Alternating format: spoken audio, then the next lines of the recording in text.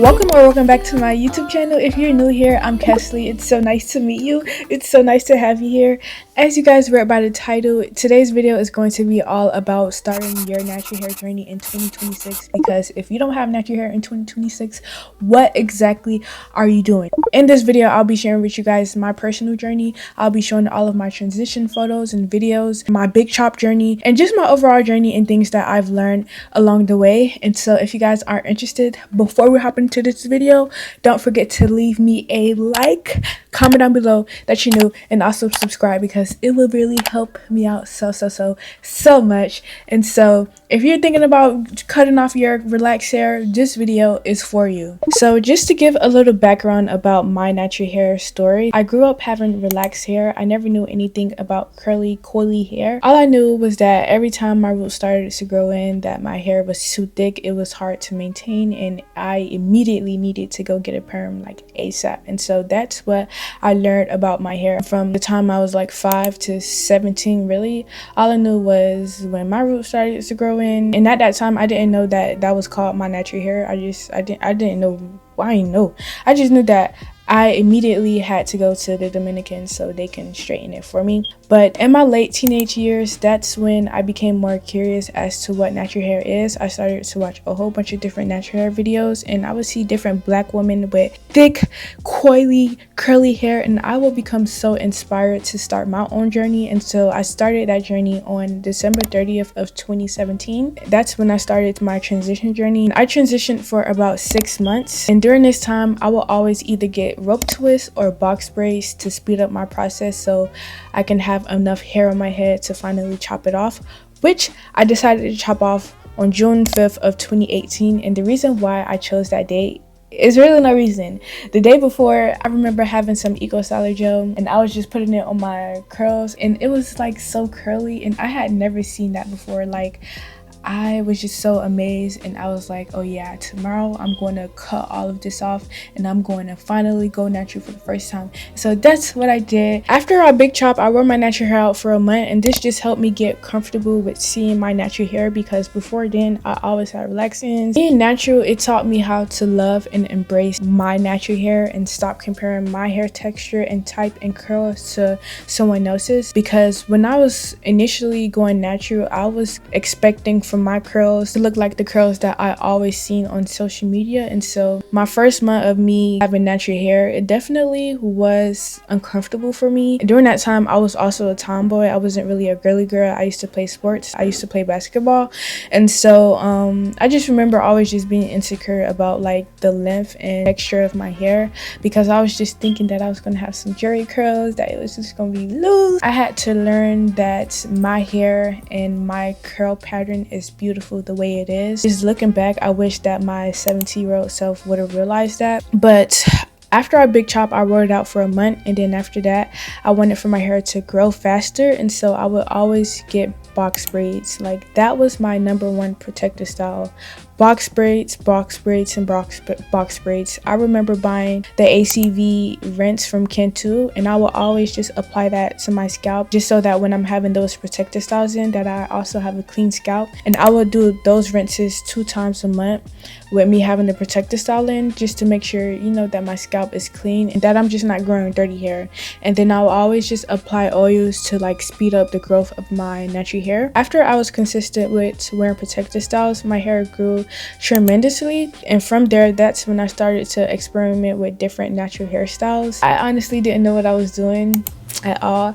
I remember trying to do my first slick back, and it was so hard because my hair is so thick, and you have to, if you have thick hair, you have to work in sections, because if not, it's gonna look a hot mess. And so I'll always just remember trying to do different slick back attempts, and as I continued to practice, I think I perfected my slick back then. But yeah, during year 1 of my natural hair journey, I will always try to figure out different cute natural hairstyles to do. My favorite everyday go-to style was either a crown braid or 2 braids going to the side, and I will always just do a puff.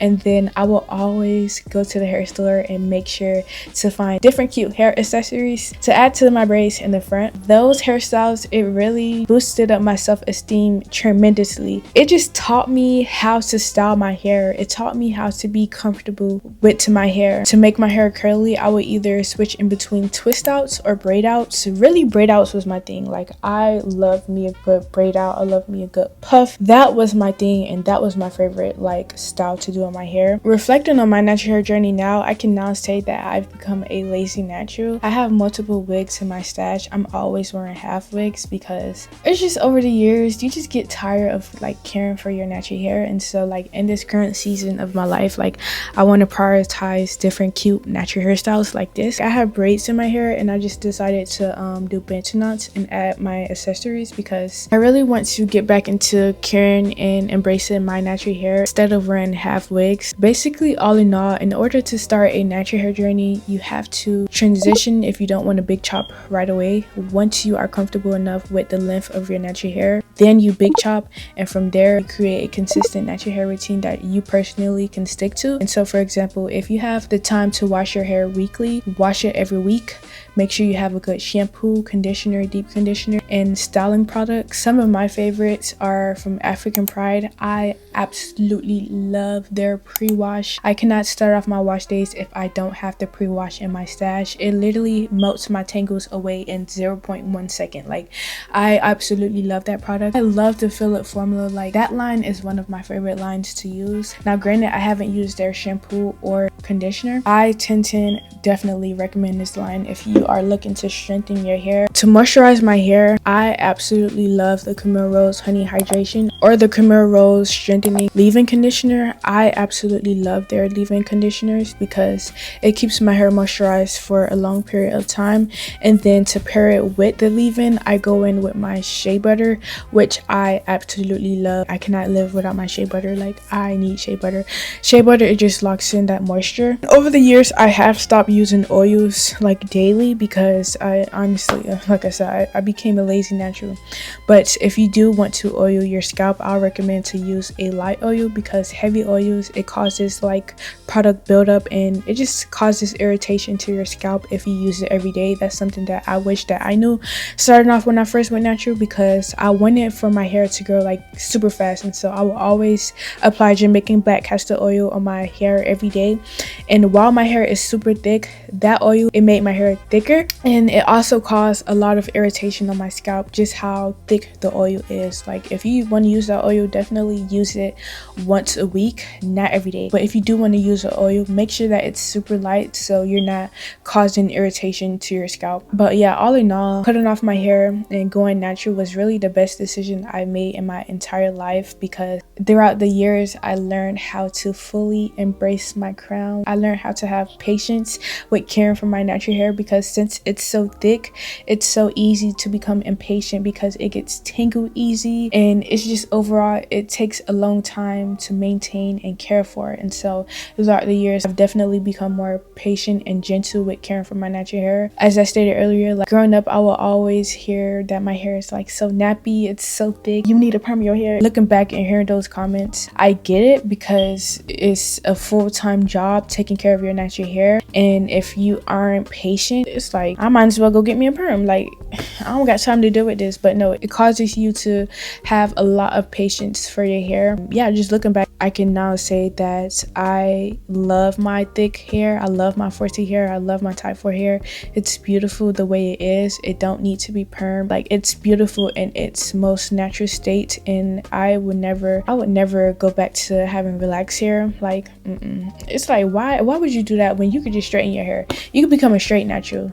But I don't know if I'll ever become a straight natural because it's just like when you have straight hair, it's not really a lot of cute hairstyles that you can do. Like, you can't do these types of hairstyles. Like, it's going to unravel quickly because it's so straight. Basically, how to start a natural hair journey in 2026. Cut off those thin, relaxed ends. Find a consistent, stable natural hair routine. Find different natural hair products that works best for your hair. What works for my hair may not work for your hair. It depends on your hair type, texture, porosity, and all of the things that come with being a natural girly. Now, I am not a licensed professional. I didn't go to school to obtain this type of credibility, but I do have experience with having natural hair. Take my advice and tips and journey how you want to. But if you have any further questions, I would definitely reach out to your local hairstylist and see if they can answer those questions, because like I said, I don't have a degree in this, so I'm just sharing my overall journey and some things that I've learned along the way. Just be very patient and kind with yourself and your natural hair, and just know that with time it grows with time. And in the meantime, be content in your process. Be content on the hard days and where you don't feel like doing your natural hair. Be content to be excited. You got to force yourself to be excited to tame this crown, because if not, you're going to dread your wash days. You're going to hate the process. And natural hair, it's supposed to free you. It's supposed to make you embrace what God gave you. He gave us natural hair. He gave us coily hair. He gave us type 4 hair. He gave us very thick hair, and so it's our jobs to take care of it. If you guys enjoyed watching this video, if you guys have any further questions, like I said, first ask your local hairstylist. But if you do have any further questions about my personal natural hair journey and more of the products that I've used along the way, definitely comment them down below. Know that I love you, God loves you, and we will see you in our next video. Bye bye.